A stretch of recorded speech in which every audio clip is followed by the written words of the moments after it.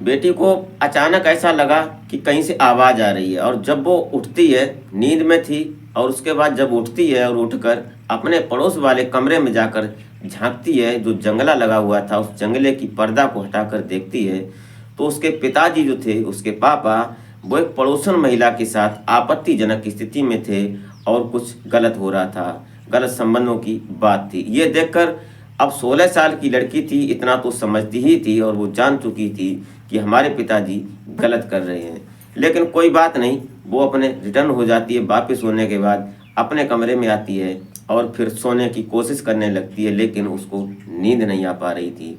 उसके दिमाग में और उसकी आंखों में सिर्फ वही मंजर गूंज रहा था जो उसने अभी फिलहाल में देखा था।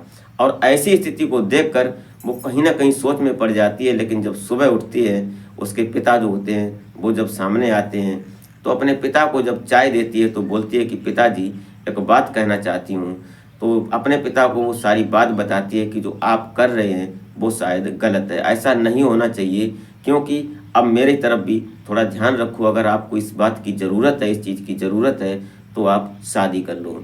दरअसल वो लड़की कौन थी और ये पिताजी कौन थे और वो पड़ोसन महिला कौन थी, इसको समझने की कोशिश करते हैं, और आप हमारे साथ इस कहानी में, इस वीडियो में अंत तक बने रहिएगा। और आशा करते हैं कि आप अपने परिवार, अपने परिजनों के साथ बेहद खुश, मस्त और खुशहाल लाइफ एंजॉय कर रहे होंगे। तो हमारे यूट्यूब मंच पर आपका बहुत बहुत स्वागत है, और आपके प्यार और सपोर्ट को हम तहे दिल से आभार व्यक्त करते हैं और आपको नमन करते हैं। तो वीडियो में आगे बढ़ने से पहले बस आपसे वही छोटी सी रिक्वेस्ट कि अगर ज़रा सी वीडियो अच्छी लगे तो एक लाइक और एक कमेंट अवश्य कर दिया करें, और अभी तक आपने चैनल सब्सक्राइब नहीं किया है तो सब्सक्राइब कर लें और पास वाली घंटी जरूर दबा दें। तो नमस्कार, प्रणाम, मैं अजय कोहली।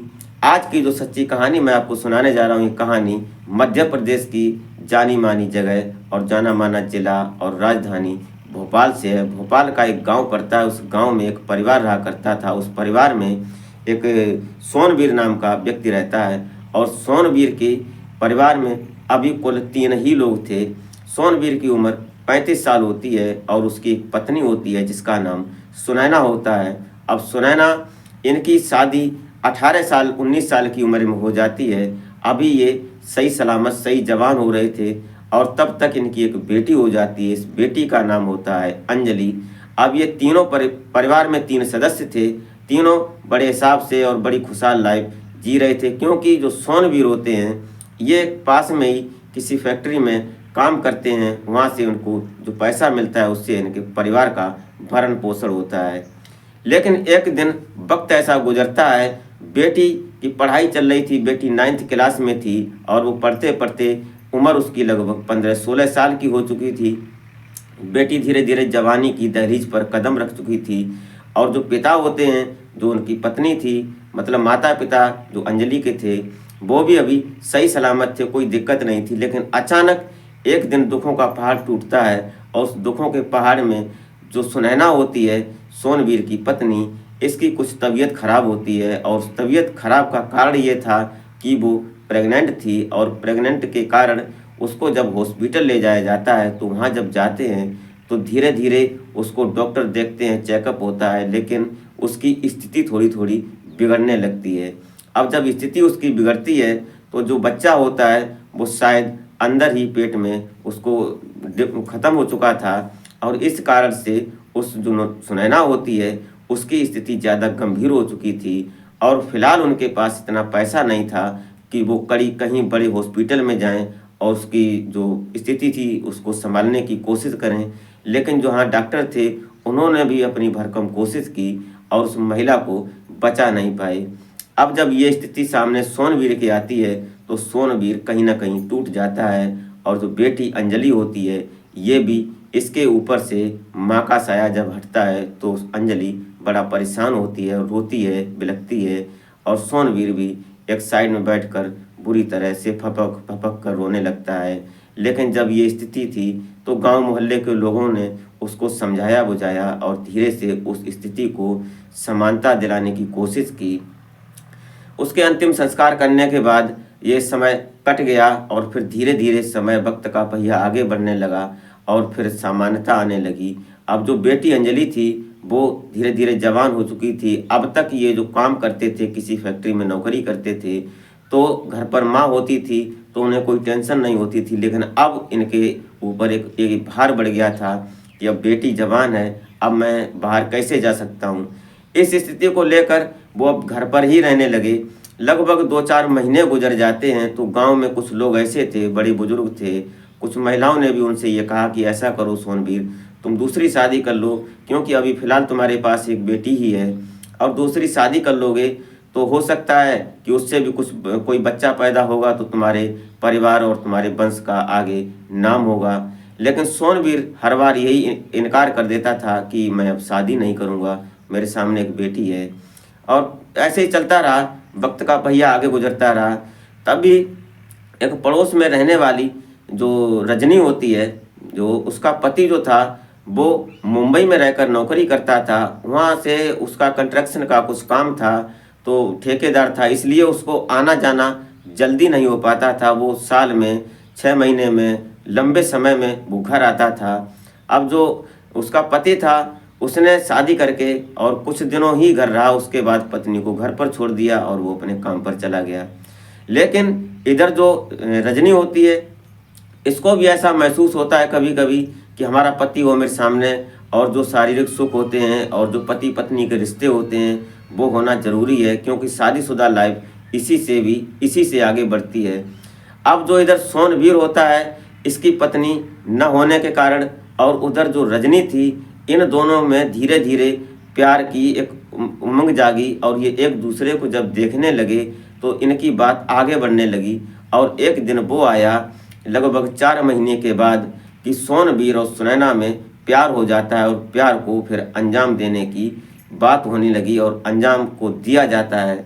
जो सुनैना होती है, ये जो रजनी होती है, रजनी सोनवीर के घर आती है, और सोनवीर जो होता है, इसकी जो बेटी अंजलि थी, ये स्कूल गई थी। अब स्कूल जाने के टाइम में रजनी सोनवीर के पास आती थी और इसके साथ जो संबंध बनाते थे वो अपने खुलकर करते थे। इससे किसी को वहाँ मौका पर होता नहीं था, इसलिए इनकी कोई दिक्कत नहीं थी, और ये सब चलता रहा। एक दिन ऐसा आया कि जो सोनवीर था, इसने रात को उसको याद किया, रजनी को, और रजनी को उसने फ़ोन किया। तो जो बेटी अंजलि थी, इसने अपना खाना पीना होने के बाद ये अपने रूम में सोने चली गई। और ये अंजलि जो थी, ये पढ़ाई लिखाई में बेहद अच्छी थी और देखने सुनने में भी बेहद खूबसूरत थी। और जो रजनी थी, इसको देखकर कुछ जलती थी, क्योंकि इसकी जो बातें थीं ये कहीं ओपन ना हो जाएं। और जो सोनवीर उनका पिता था अंजलि का, ये भी उस लड़की से डरता था कि हमारी बेटी कहीं अगर जान लेगी तो किसी को ओपन ना कर दे। इसलिए बड़े संभल के ये दोनों प्यार करते थे और एक दूसरे से संबंध बनाते थे। तभी एक दिन जब रात को ये बुलाते हैं सोनवीर, और रजनी जब उनके यहाँ आती है, तो अपने अंदर दोनों कमरे में अपने प्यार करने लगते हैं। और प्यार करते के साथ साथ जब वो संबंध बनाने लगते हैं, तो जो रजनी थी वो इस तरह से सिसकारियाँ मार रही थी, और सिसकारियों की आवाज़ जब अंजलि को सुनाई पड़ती है तो अंजलि कहीं ना कहीं चौंक जाती है। और अंजलि उठकर देखती है कि क्या बात है, कौन है। उसको शंका हो रही थी, और उसने जब जंगले के पास जाकर वहाँ से जब पर्दा हटाकर देखती है कि हमारे पापा के कमरे से ही आवाज़ आ रही है, तो वहाँ जब झांक कर देखती है तो उसके पापा जो थे वो रजनी के साथ आपत्तिजनक स्थिति में थे, और बहुत गलत तरीके से ये स्थिति थी कि अंजलि देखकर कहीं ना कहीं बहक जाती है, और उसके दिमाग में कुछ अलग सी फीलिंग आने लगती है। अंजलि जो थी वो तुरंत रिटर्न होती है और अपने रूम में चली जाती है, और ये सोचने पर मजबूर हो जाती है, क्योंकि 15-16 साल की लड़की थी, उसके अंदर भी कुछ ऐसे हार्मोन्स, हर किसी के अंदर हार्मोन्स बनने लगते हैं उस समय, इस उम्र में।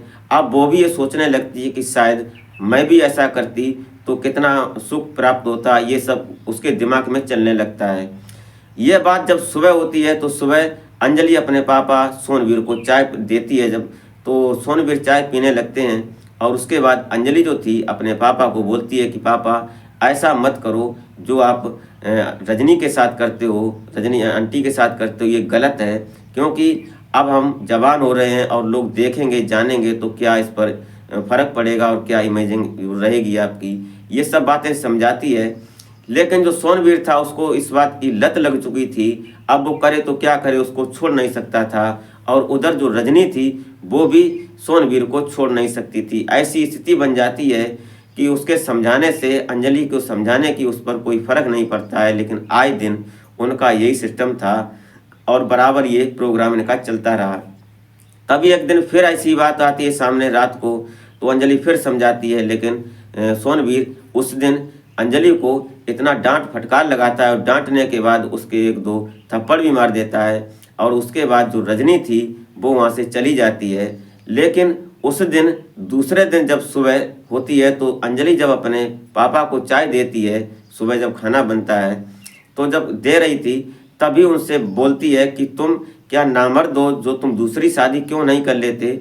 ऐसी बातें जब अपने पिता से लगी हुई चुभने वाली बातें करती है तो ये बात कहीं ना कहीं सोनवीर को धक्का लगता है और उन्होंने कहा आज उसका प्लान ही चेंज हो गया। उसने आज शाम को जब खाना पीना हुआ, खाना पीना होने के बाद कुछ ऐसी दवाई लाया और उसने अंजलि को खाने में दे दी।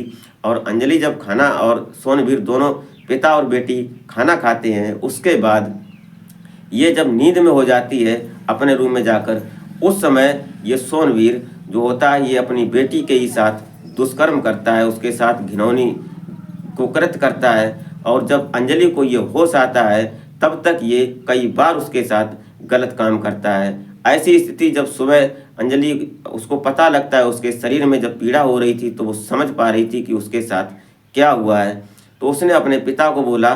तो उसके पिता ने कोई जवाब नहीं देता है। लेकिन आज अंजलि को ऐसा महसूस हो रहा था कि उसको कुछ अच्छा महसूस हुआ, कुछ अच्छी फीलिंग आई।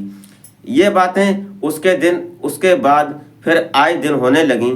और इधर जो रजनी थी उसको सोनवीर ने धीरे धीरे छोड़ना शुरू कर दिया, उसको इग्नोर कर दिया। और उसके बाद जो उसकी बेटी थी अंजलि, अब पिता और बेटी दोनों आपस में संपर्क में आ जाते हैं। अब कोई टेंशन नहीं थी और कोई देखने जानने वाला नहीं था। तभी एक दिन जो अंजलि का बॉयफ्रेंड होता है उसको इस बात का महसूस होता है कि अब जो अंजलि है वो हमसे थोड़ा साइड हो रही है। ये बात कहीं ना कहीं उसको शक हो जाता है। तो अंजलि से पूछता है कि रियलिटी बात क्या है। तो अंजलि कहीं ना कहीं हकीकत बता देती है कि मैं और मेरे पिताजी के साथ कुछ ऐसा सिस्टम है। ये बात जो होती है तब जाकर जो उसका बॉयफ्रेंड होता है वो उसको पास के थाने में ले जाता है। वहाँ जाकर पूरी वारदात को सुनाता है, वहाँ जो थाना इंचार्ज होते हैं। ये बात जब उनको तब जाकर सोनवीर को पुलिस अपनी हिरासत में लेती है और उसके जो चेकअप होते हैं, जो डॉक्टरी होती है, दोनों की डॉक्टरी होने के बाद जब सेम पाया जाता है कि हाँ ये इनके साथ गलत काम किया है, तब जाकर उसके ऊपर संबंधित धाराएं लगाई जाती हैं और माननीय कोर्ट के समक्ष पेश कर दिया जाता है।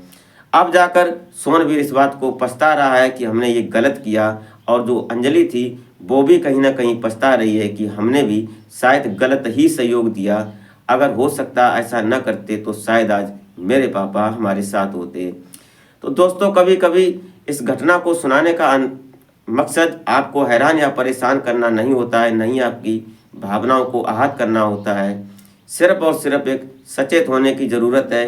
कभी कभी हम जो नहीं सोचते हैं और वक्त की हालात कुछ ऐसी बन जाती हैं जिनसे समाज में कभी कभी कुछ इंसान गलतियां कर देते हैं और उनको आगाह करने की हम कोशिश करते हैं। ये कहानी हमने सोशल मीडिया प्लेटफॉर्म से उठाई है, इसमें मैं या मेरा चैनल कोई जिम्मेदारी नहीं लेता है। तो वीडियो अगर जरा सी भी अच्छी लगी हो तो एक कमेंट अवश्य कर दिया करें। तो मिलते हैं फिर नेक्स्ट वीडियो में, तब तक के लिए जय हिंद।